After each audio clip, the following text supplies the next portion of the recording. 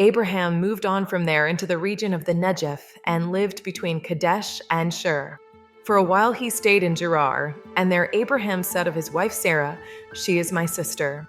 Then Abimelech king of Gerar sent for Sarah and took her.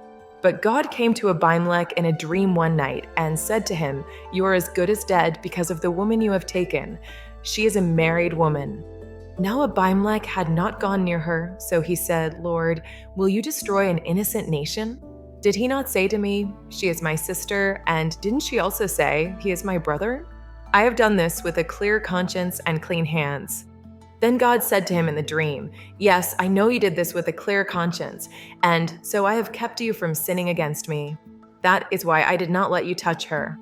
Now return the man's wife, for he is a prophet, and he will pray for you, and you will live. But if you do not return her, you may be sure that you and all who belong to you will die." Early the next morning, Abimelech summoned all his officials, and when he told them all that had happened, they were very much afraid. Then Abimelech called Abraham in and said, "What have you done to us? How have I wronged you that you have brought such great guilt upon me and my kingdom? You have done things to me that should never be done." And Abimelech asked Abraham, "What was your reason for doing this?"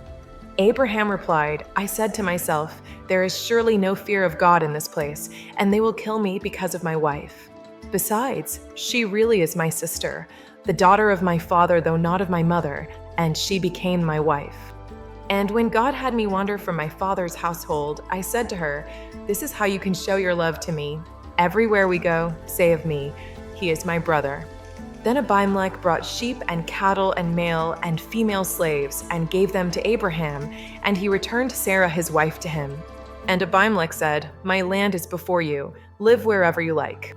To Sarah he said, 'I am giving your brother 1,000 shekels of silver. This is to cover the offense against you before all who are with you. You are completely vindicated.' Then Abraham prayed to God, and God healed Abimelech, his wife, and his female slaves so they could have children again, for the Lord had kept all the women in Abimelech's household from conceiving because of Abraham's wife Sarah. Now the Lord was gracious to Sarah as he had said, and the Lord did for Sarah what he had promised.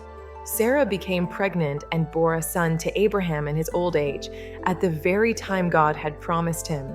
Abraham gave the name Isaac to the son Sarah bore him. When his son Isaac was 8 days old, Abraham circumcised him, as God commanded him. Abraham was 100 years old when his son Isaac was born to him. Sarah said, "God has brought me laughter, and everyone who hears about this will laugh with me." And she added, "Who would have said to Abraham that Sarah would nurse children? Yet I have borne him a son in his old age." The child grew and was weaned, and on the day Isaac was weaned, Abraham held a great feast. But Sarah saw that the son whom Hagar the Egyptian had borne to Abraham was mocking, and she said to Abraham, "Get rid of that slave woman and her son, for that woman's son will never share in the inheritance with my son Isaac." The matter distressed Abraham greatly because it concerned his son. But God said to him, "Do not be so distressed about the boy and your slave woman. Listen to whatever Sarah tells you, because it is through Isaac that your offspring will be reckoned. I will make the son of the slave into a nation also, because he is your offspring." Early the next morning, Abraham took some food and a skin of water and gave them to Hagar. He set them on her shoulders and then sent her off with the boy. She went on her way and wandered in the desert of Beersheba. When the water in the skin was gone, she put the boy under one of the bushes. Then she went off and sat down about a bowshot away, for she thought, "I cannot watch the boy die." And as she sat there, she began to sob. God heard the boy crying, and the angel of God called to Hagar from heaven and said to her, "What is the matter, Hagar? Do not be afraid. God has heard the boy crying as he lies there. Lift the boy up and take him by the hand, for I will make him into a great nation." Then God opened her eyes, and she saw a well of water.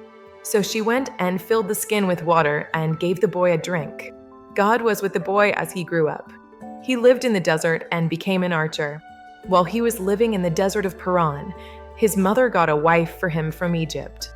At that time Abimelech and Phicol, the commander of his forces, said to Abraham, "God is with you in everything you do. Now swear to me here before God that you will not deal falsely with me or my children or my descendants."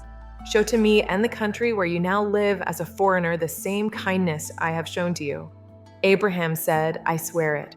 Then Abraham complained to Abimelech about a well of water that Abimelech's servants had seized. But Abimelech said, "I don't know who has done this. You did not tell me, and I heard about it only today." So Abraham brought sheep and cattle and gave them to Abimelech, and the two men made a treaty. Abraham set apart 7 ewe lambs from the flock, and Abimelech asked Abraham, "What is the meaning of these 7 ewe lambs you have set apart by themselves?" He replied, "Accept these 7 lambs from my hand as a witness that I dug this well." So that place was called Beersheba, because the two men swore an oath there. When they had made the treaty at Beersheba, Abimelech and Phicol, the commander of his forces, went back to the land of the Philistines.